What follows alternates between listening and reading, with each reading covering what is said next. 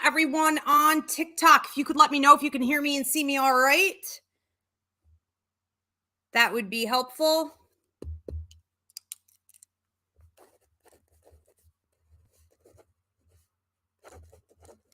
Welcome everyone on Instagram. If you can hear me and see me all right, let me know.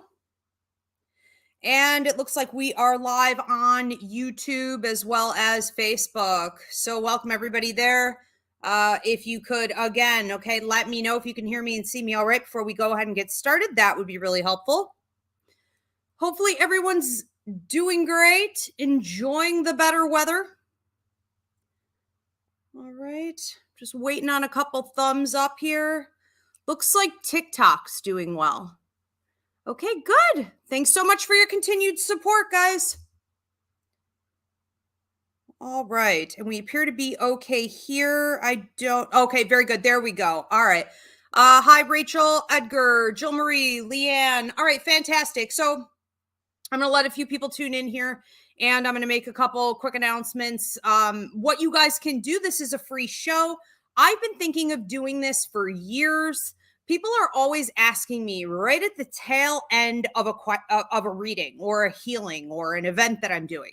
Everybody waits till the end when I'm like rushing on to the next client. And then they ask me this great question. And I'm always like, I don't have time for this. I can't get to these things.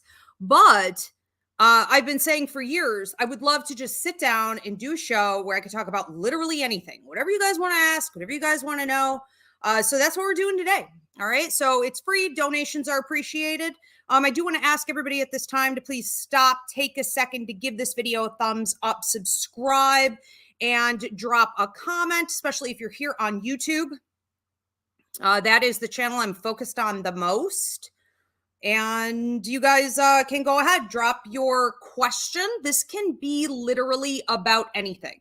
So if you want advice, you want my opinion on something, anything philosophical, supernatural, personal, anything goes. And we're just going to have some fun with this. A couple quick announcements. We do have coming up the, psychic mediumship course. We're doing another in-person class. You don't have to be here in person. If you want to do live online, that's great. You want to do video download, that's fine. We've had that for years, but we haven't done an in-person class in about 4 years. So before even the pandemic hit. And it's super exciting. So we're bringing that back in October. You can register now. We start October 12th. I'm also running a raffle with that, and that's going to be drawn the day before. So you can get your tickets up on the website, IvyRivera, psychicmedium.com, and win a free psychic mediumship course, like a $2,800 value. Okay, so it's a really big deal. I also have some new classes coming up. I have a numerology basics class.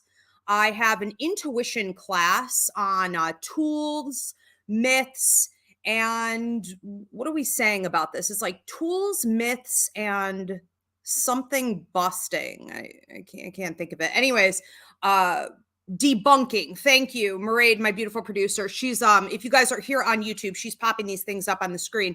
So we have a new intuition class coming out. We have the numerology basics class coming out. I also have reverendship training coming up. Check that out. And we have 2 empathic classes, empathic teens. If you have a teenager who you notice is going through a lot of anxiety, a lot of depression, they may be hypersensitive to things. It's very possible you have an empathic child. This does peak between 14 and 16, and it can be extremely overwhelming. We also have a teacher's empathic training and anti-burnout training. And that does not mean you have to be an empath to attend. You just need to be an educator. All right. So you guys may want to check that out as well. All right. I see a bunch of questions coming in here. So I want to go ahead and start getting into this. Again, if you guys are tuning in late, thank you for being here. I'm Ivy Rivera. I'm a psychic medium, a Taino Airwalk. This is Get a Grip on your advice. you can ask me advice on anything, my opinion on anything. This is a free show tonight. Again, donations are appreciated. Please give this video a thumbs up. Go ahead and post now. Mairead, my beautiful producer, will be taking your questions from wherever you guys are tuning in. Mairead, who's the first one? What's the first one? All right, so we have a question here from Tiffany. Do you have any spiritual business advice for me? Thanks, Ivy. Okay, spiritual business advice. So just to clarify also, these are not free psychic mediumship questions tonight. If you guys need to book a reading with me, you can go onto my website, ivyriverapsychicmedium.com, to book a reading.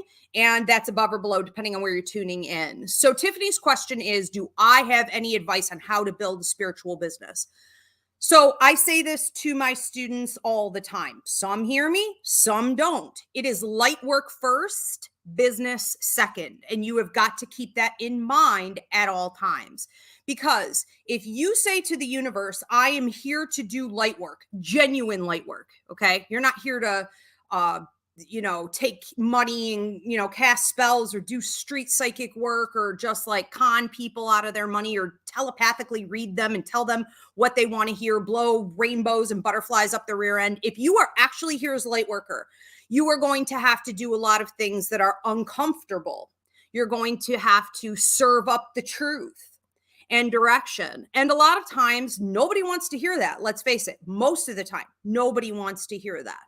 And you have to be willing also to put yourself in uncomfortable situations with your light work in being of service to the public. That can mean that you have extended periods of time where you're not necessarily making a lot of money. It's like the universe puts you through a lot of tests, especially those beginning years. You may see in the first maybe 5 to 6 years that you're working with your ministry or you're building up your client base, you're offering your services to the public. You could see that in the beginning, it sort of skyrockets. And yes, some of this is just beginner's luck. Okay. That's with any business, but it'll go up and down like that. And you're, as a genuine light worker, getting tested to prove to the universe and to your higher mind, honestly, that you're there for the right reasons. You are there with a stick-to-itiveness, an attitude of grace. You are there allowing yourself to feel the discomfort and get comfortable in the discomfort, but not stop. And you're hoping that things are going to pick up for you and that financially you're going to be stable and that you're going to have a big following and that you're going to be received on social media or whatever it is, that people are going to come and offer you opportunities. And that's fine to want those things, but you cannot turn to a place of ego, which is fear, manipulation, and control, and say that when they're not there, something is wrong. You must be on the wrong path. You're done with it. You're going to throw in the towel and quit. You have to understand that your rewards come from the universe just from you showing up. And that could look like a million different things. It could be red lights turning green. It could be meeting some new friends. It could be your next meal being paid for. It could be you sleeping soundly because you're doing what is within your life contract. There are many different ways to receive prosperity from the universe, and they do not all equate to a paycheck. And we have to be real careful about that and say, regardless, I am going to show up to do the work. I think that you will, if you could do that for a long enough period of time, you'll sort of break out of that plateau, pattern. And you can find yourself in a very comfortable situation. I would recommend that you receive testimonials from people as well. And I am going to wrap up this question and get on to the next one. But get people who have received the healing that you have to offer to acknowledge that, to say, I really appreciate, because everyone will tell you to your face, oh, that was amazing. That was amazing. But if you ask them to write down 2 sentences for you, it's too much to be bothered with, so have a follow-up after every reading, corner them, the best you can and say, can I get a testimonial, please? Because Sometimes that's your meal ticket. And I think it's like 78% of businesses fail within the first 5 years. Most of them, are done, before that. I mean, 2 years. So you really have to be very realistic that the majority of businesses that do well are doing so because they had successful word of mouth.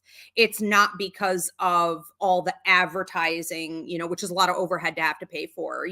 It's not because they shoved the product down people's throats. It's because they delivered a good product and people spoke well about it. Okay. That word of mouth spreads like fire. So I would stick to those two things, and I'm sure you'll do very well. Thank you so much, Tiffany. That's a great question. I'm sure a bunch of you had the same question.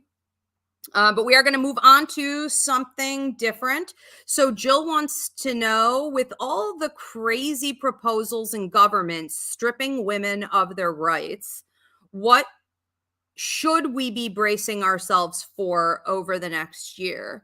Okay, so again, I'm not getting into the psychic and medium aspects of things tonight, but I will say that what we need to be doing right now is reevaluating where we've been. And so I think the best thing that women can do is to deprogram and to start stripping and detoxing from all of the brainwashing, the patriarchy, the generational curses, capitalism. And we need to continue to do what we've been doing, right?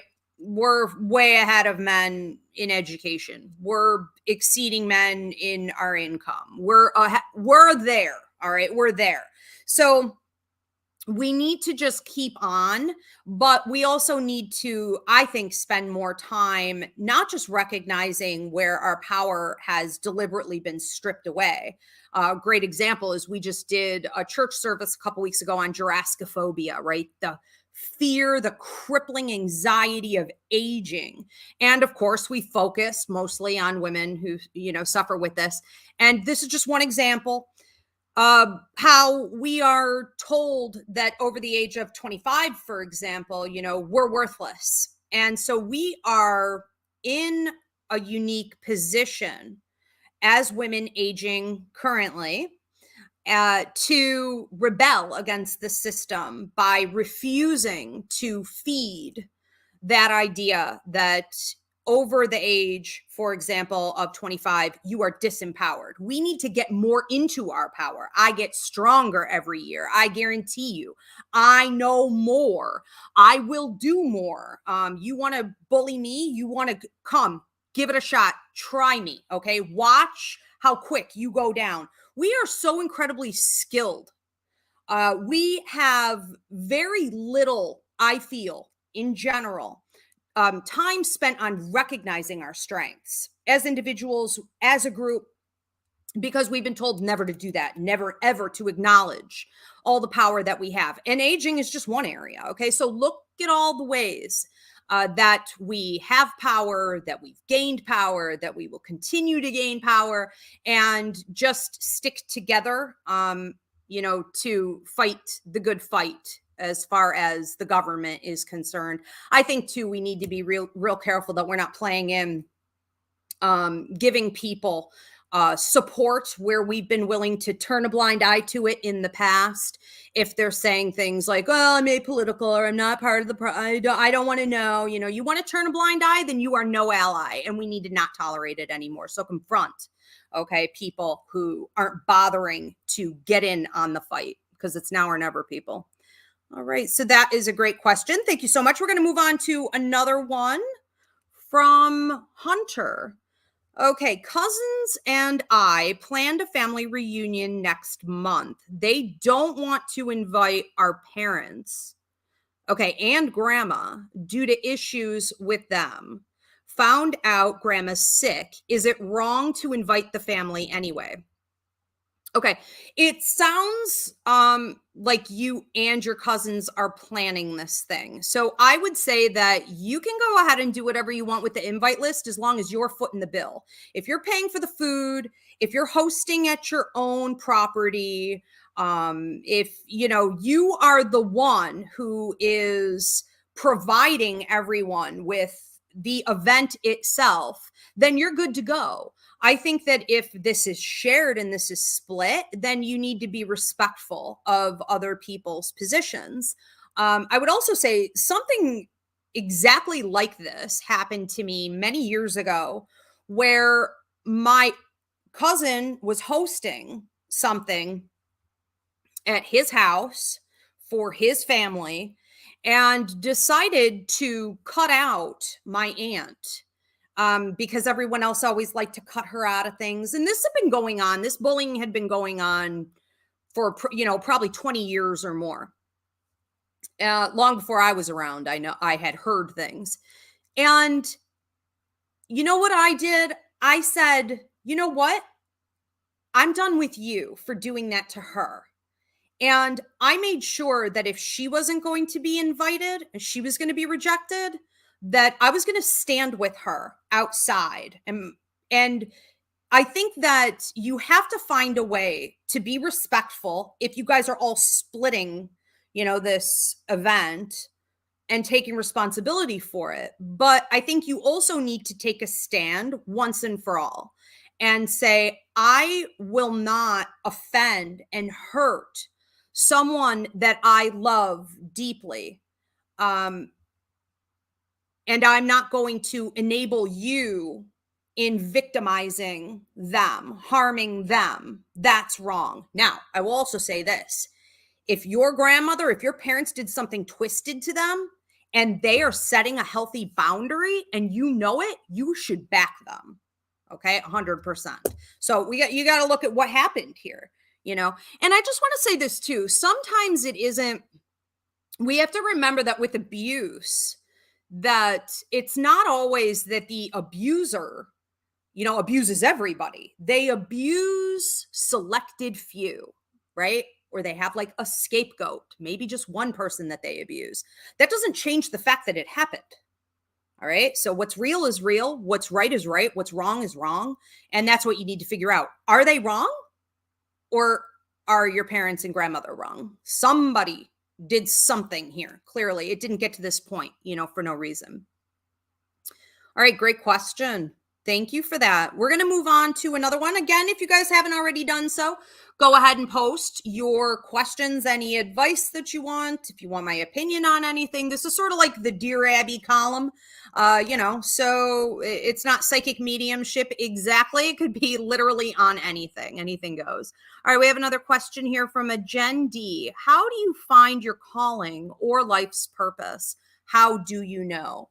So that's an intriguing question, because there isn't just one, and it's always, changing, meaning as you get closer to it, it could zig and zag and make you feel like you're no longer on the right path. But ultimately, when you're trying to figure out your life's purpose, you're going to want to look at a couple key things.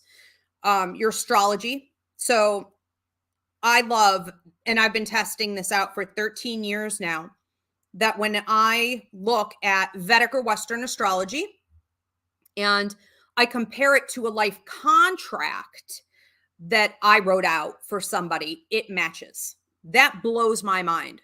So when I do a life contract reading for someone, I am telling them what they signed on to do before they came to Earth.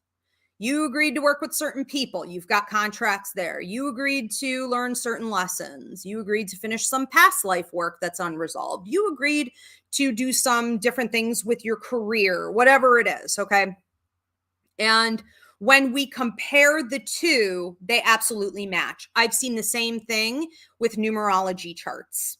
So that's why I'm always saying here, that it's the three truths. It's astrology, it's numerology, and it's intuitive intelligence. Okay. So, it should match the other things that you've seen. You're on the right path if it matches your prophecies, your deja vus, that fire in the belly that you have, a drive towards something, visions even that maybe you've had since childhood. But if you really want to check it out, get the numerology chart, the astrology chart, a life contract. This will help break it down for you, even down to the exact year where you're going to have a major level up within your contract and what specifically you should be doing. That's your compass. That's your roadmap. Okay. Your dreams also tell you prophetically what it is that you're supposed to be focused on. And I think that a big sign that you are going in the right direction, you are doing what you're supposed to be doing, is that you have a lot of trouble. Nobody wants to hear that. But it's the truth. There's a free class here on YouTube at Ask Ivy called Fighting the Dark, part 1 and part 2. Okay. When you level up, new level, new devil, when you level up, you are going to be under 5 different kinds of attack. Same thing all the time. All right. It's like scientific. I mean, it's very patterned and predictable. So you need to know that every time you're about to have a huge breakthrough, all kinds of ridiculous things are going to happen, and toxic things, but it doesn't mean that you're going the wrong way. It is to prevent you from finishing what it is that you're actually meant to do. And you have to identify that and be prepared not to throw in the towel and give in, which is what most people do. All right. So watch for patterns. I would also say that if something's way too easy, it's probably not for you. Okay. And you're probably dissatisfied, or you have a lacking within you. All right. Let's move on to another question here. You guys are asking these are awesome questions. This is fun. All right. So hi, Ivy and team. Can you give me any advice on my love life over the next couple of weeks? Okay. So that's more like a psychic question. I'm not doing psychic readings tonight. I'm not doing mediumship tonight. But I will say that I think right now, where a lot of people are in love and relationships, I've actually been posting on this more, is in a little bit of a detox phase. So this is just going to be a general message for everybody. I think that this is a time for us to look at old patterns and to be able to say that you are either remembering how you used to handle people in love, or they're showing up, okay, parade of the X's, because of Mercury in retrograde, most likely, and trying to get you back or talk with you or waste your time. Or, you are encountering new people or new situations with your current lover that are making you question what it is that you've believed in the past or wanted in the past, or how you handled your love life in the past. And so this is absolutely looking like a detox phase. I think that what we need to do for the next few weeks, and I would even say 2 to 3 months, is focus on what no longer serves you. And if you feel like you're nervous about pulling away from the habits you've had in love, because you don't want to end up alone, or you don't know what else to do, or but what if I pull away, from doing what I normally do, and then the right person shows up, or this relationship does end up working out, whatever it is. If you have fear and hesitancy about creating major change and detoxing, cutting cords and letting go of what you think no longer serves you, I would say be absolutely fearless in trying something new, because at the very least, what you're doing is you're changing up the energy and the vibration, and you're creating flow where things have probably been stuck for a very, very long time.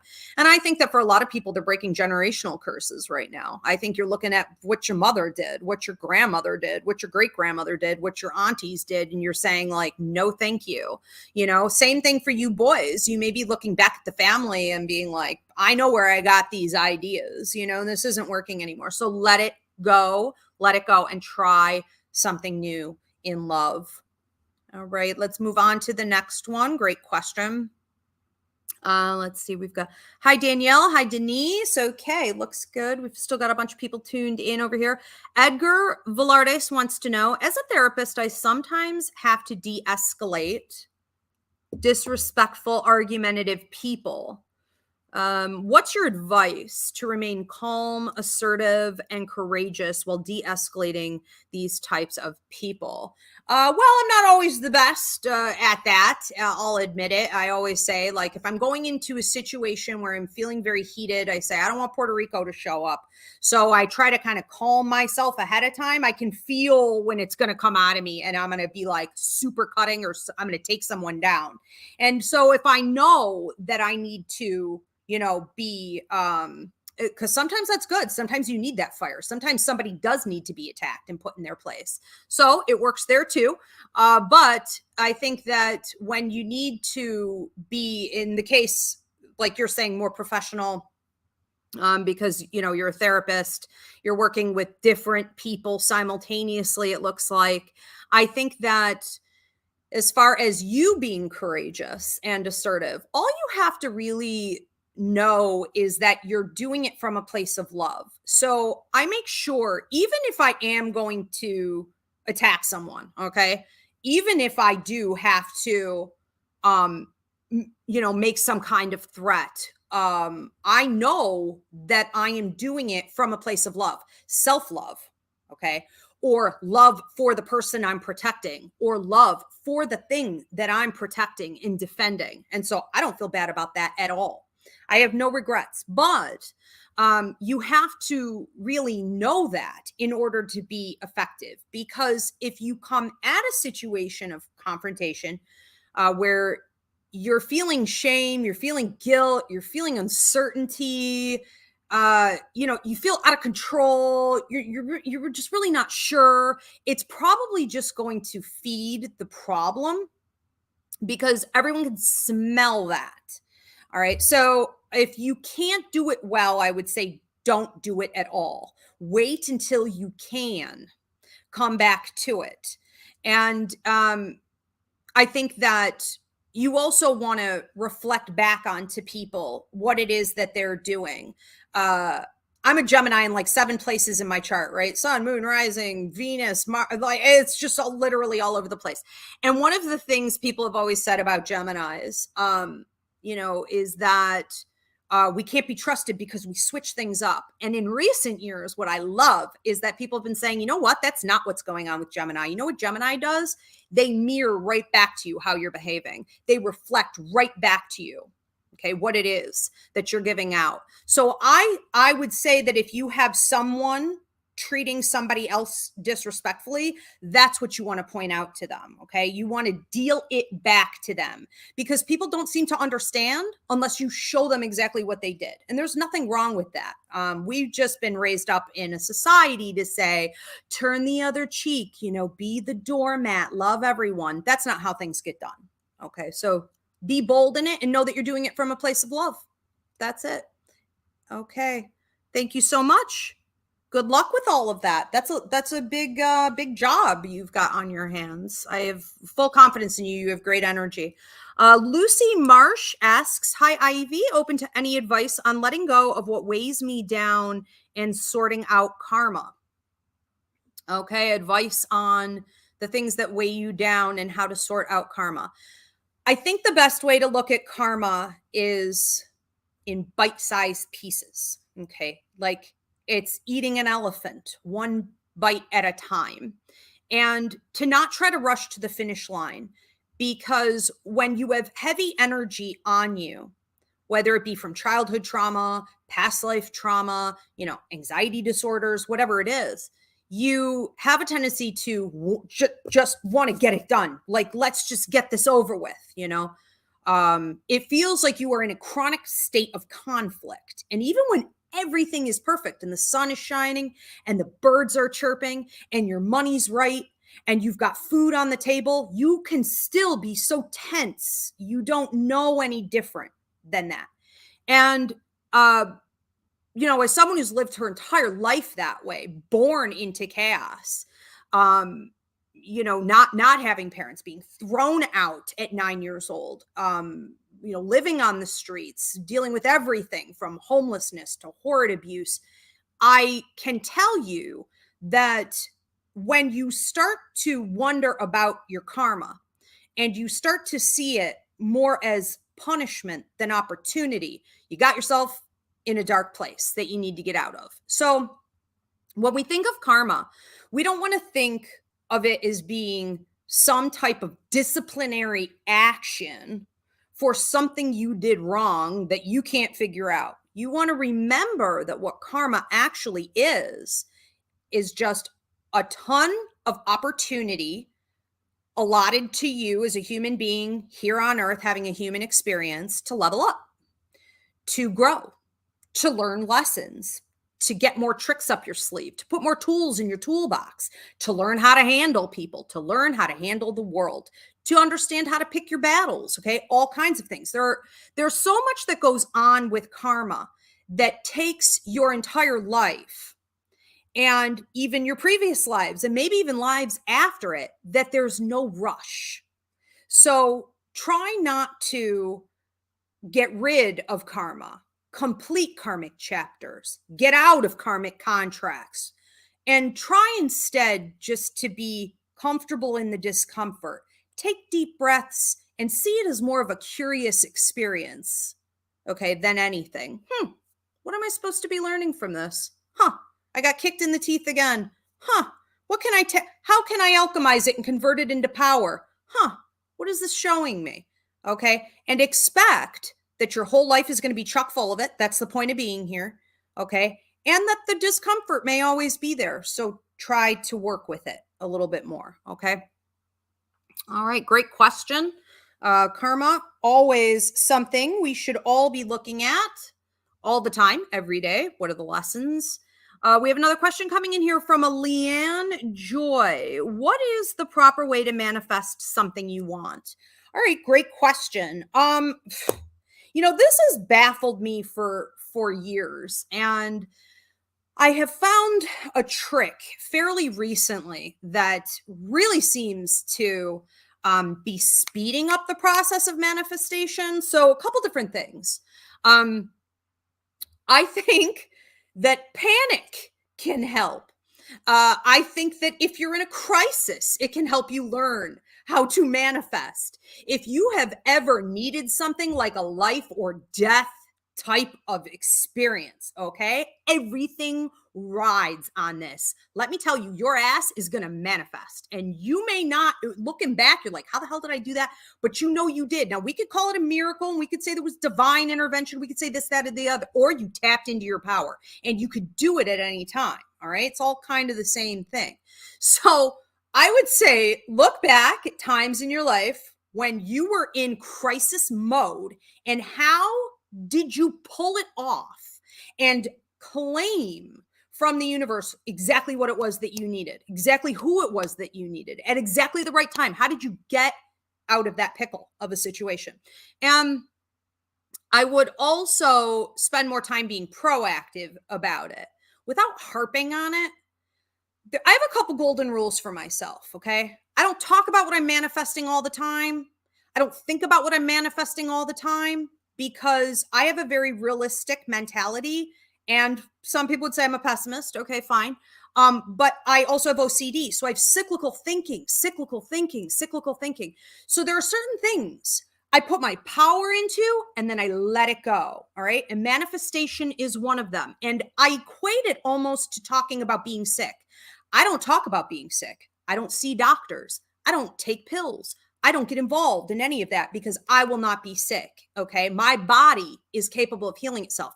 And so there are certain things I don't allow myself to reflect on all the time, or I don't hang out with other people who do, right? And I don't want to hear about it. I don't watch videos on it. I don't want to talk about it.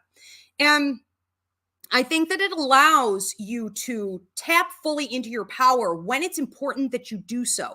Almost like you're sending a little SOS in a bottle, okay? Like that's your manifestation list out into the ocean, and you're just going to let it go. You're going to let the waves take it and trust that it will go where it needs to go.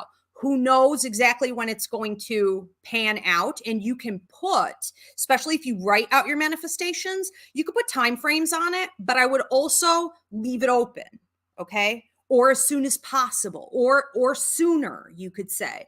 You could also not limit it. This has worked for me. Like I would have something so specific that I was manifesting, but I really saw a turn and a change when I left it open-ended at the end, you know? So I would say, for example, say something like, I want, you know, 8 really great gigs booked by the end of the month. Okay. But now I would say I want 8 really great gigs, you know, booked by the end of the month or more, you know, and for longer, you know, or for the rest of the year. Just open it up a little bit more. I would say this too. The thing that's really changed for me is going from writing it down to reading it and speaking it out loud to simply just visualizing it. When I visualize it, and I would highly recommend you close your eyes.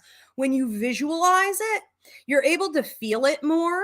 And when you can feel, so they say, when you can feel it and hold it for like approximately 15 to 30 seconds, you pull it into you faster. And that is without a doubt true. Okay. So instead of nitpicking on how exactly you write out your list of manifestations, just think on what you want. Like I will just visualize me lying on my yacht in the sun. That's it. I'll just like go back to that every day. Okay. That's me lying on my yacht in the sun. That's what I'm claiming to me. All right. And it works. There are many different techniques. All right. But I think ultimately you want to get to that point of visualization and feeling. It changes everything. All right. We have another question coming in here from a Jan. Are we required to reincarnate a certain amount of times, or can we say, no way, I'm not going back down there? Like it's hell. Like I'm not going back. What fresh hell is this? Are we required to reincarnate a certain amount of times? So, you know, it really depends on the person. Let's say that every time you come to Earth, you got your numerology chart that matches your Vedic or Western astrology, that matches your life contract. Okay. You've got a contract. All right. The universe interacts with that. You've got things that are destiny charted that are going to happen. You use your free will to decide whether you're going to maximize or not on those things. That's the human experience, right? And if you have awareness of this contract and you are completing the things within the contract on deadline, because everything is, and you are choosing the highest vibration and you are maximizing your prosperity, you are learning the lessons, you are growing and taking advantage of the whole experience, then you will die and have to look at your ultimate life contract. Your ultimate life contract is really what is required of your spirit, of your soul, to evolve beyond having to come to Earth and have the human experience. So you may die and maybe you did a great job with your life contract as Jan in this life, but when you get to the other side, you may see that in your bigger life contract, your ultimate life contract, you have a bunch of past life stuff you never finished. You have a bunch of fears that you haven't gotten over. You know, you may need to come and pay some karma back to some people.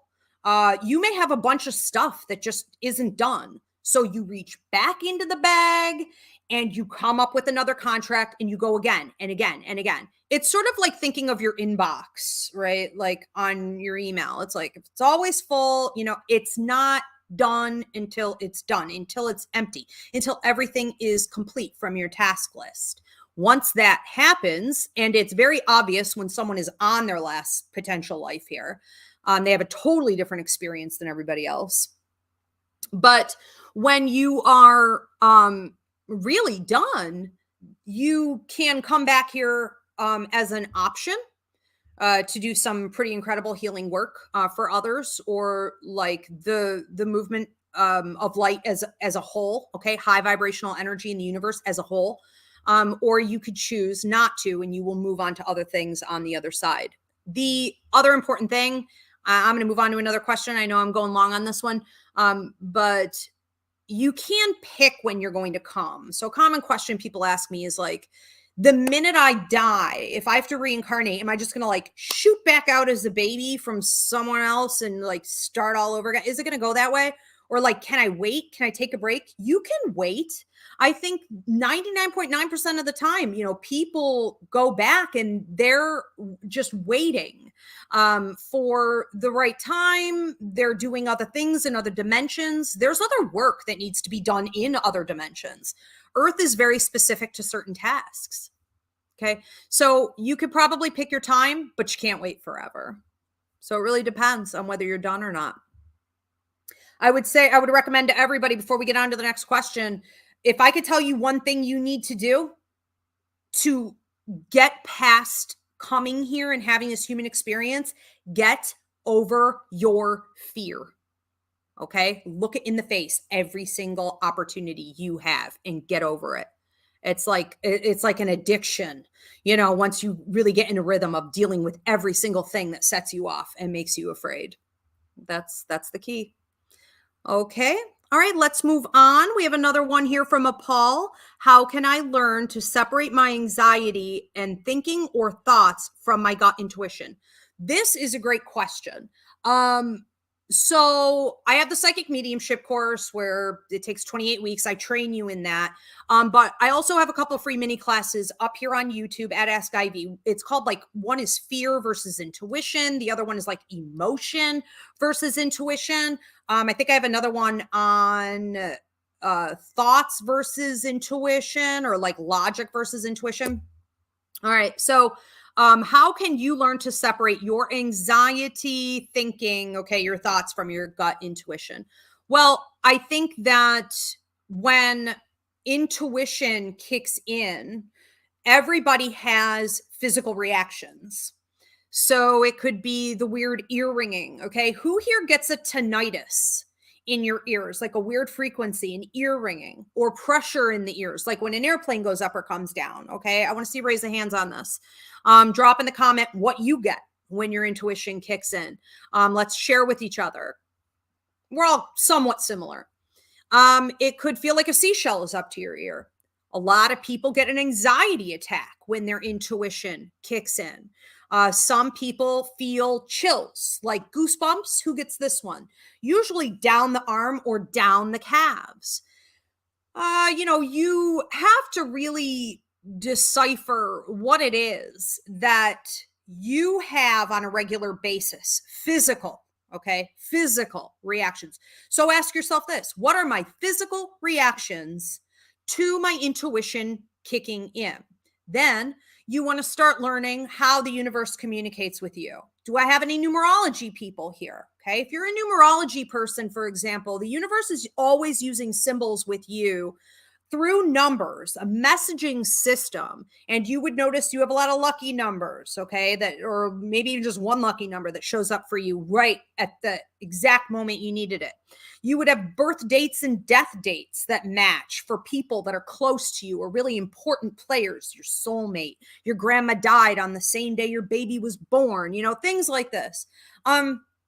Patterns in numbers. So maybe, for example, this is just one example, you're a numerology person, which means when the numbers are showing up for you, wherever and however they're showing up, on a license plate, on a clock, it doesn't matter, they're messaging to you what it is that your intuition already knows.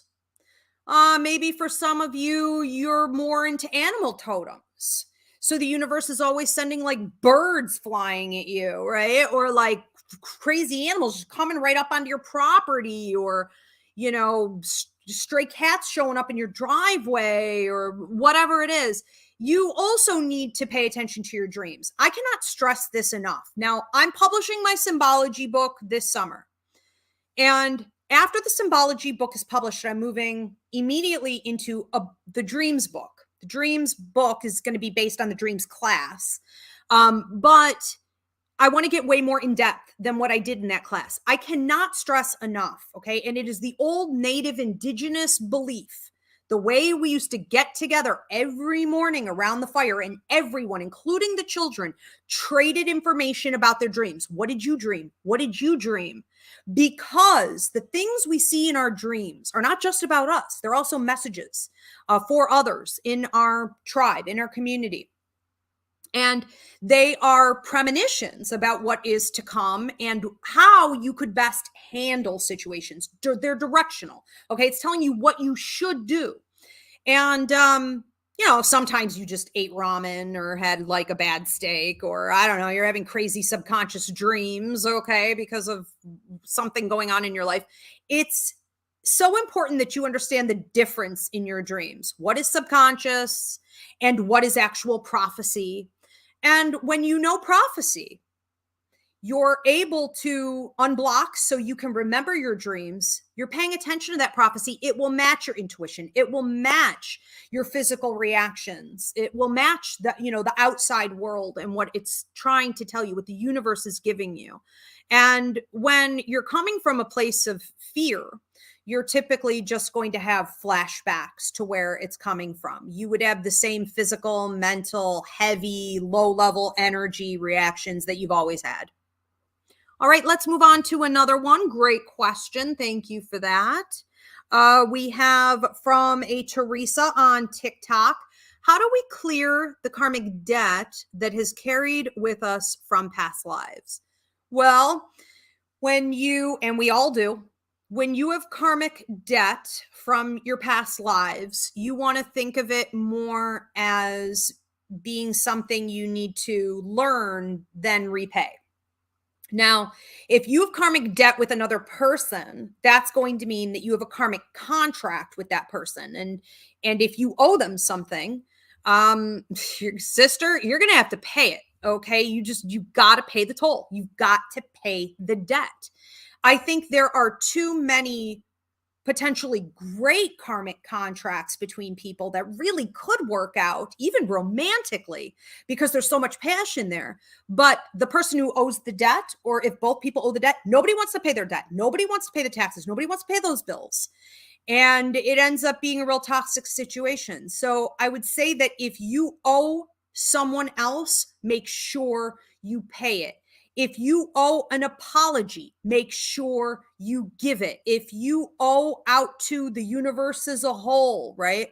Or humankind as a whole, some type of service, go give it, offer it, get it out there. Okay. But if we're talking more about karmic debt in regards to learning lessons, which is exactly what we were talking about earlier when I said, karma isn't punishment. It's an opportunity for you to grow.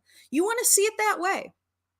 And that's all you really have to do, because you're going to have it your entire life. Okay. So from one thing to the next, sometimes we have many things going on karmically simultaneously. I think most of us do.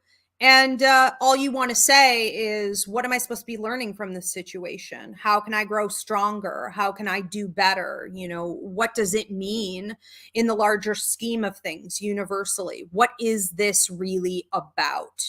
And that takes us from a place of victimization, where we're being punished for something we think we did in a previous life, when in actuality, it's probably more like there's just something we haven't done yet. Okay, so just be willing to do it, to learn it, to embrace it. Okay. All right, let's move on to another one. You guys, these are great questions. This is a ton of fun. I absolutely love this. Maybe we'll keep doing these. Again, if you guys are tuning in late, please give this video a thumbs up. If you want to get over here on YouTube at Ask Ivy, subscribe. I would always appreciate. I can get as many people on YouTube as is humanly possible. Drop your question. If you have a question, you want my advice, you want my opinion on something, anything goes. Nothing is out of bounds. All right, let's see what we have next. Mary, how do I set the boundary between work and allowing myself time for self-care? How do you set the boundary for work and self-care? What's worked for me is realizing that if I don't do the self-care, then I am disrespecting myself. I'm screwing up my karma, and the universe is going to penalize me for that.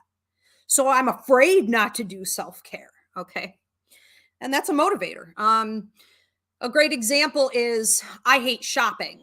And I will literally wear, you guys have been like, what? I wear this sweatpants and black shirt. How long have I been doing the show? 10 years. It's like, I just don't want to do it. And because I do public shows and I'm often up on stage, I have to have more I can't always be in sweats, right? So this is one example on what's worked for me. I will refuse to go shopping. I will wear the same stuff, out of style, out of date, I don't care, for years, okay, years.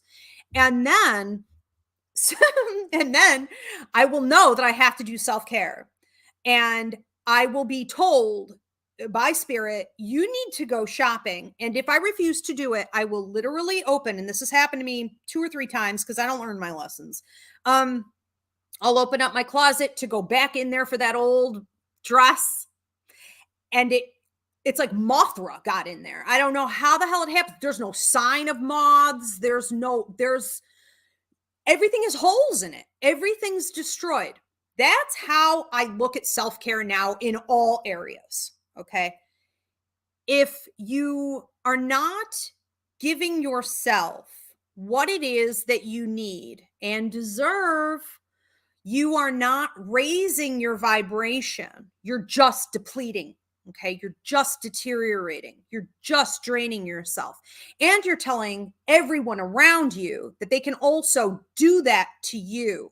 So you become a martyr. You become a victim.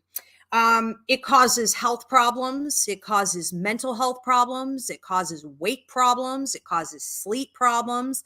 There are a million obvious reasons to be encouraged, not to do it. But the programming we've been under, especially as women, says you should never consider any of those things. Instead, grind yourself right down, okay, into the dirt and take it until you are physically ill and dying off. That's what we've been trained to do as women. So it's revolutionary to unapologetically take care of yourself, not when you're burnt out, but just because you deserve it, just because the universe requires it of you.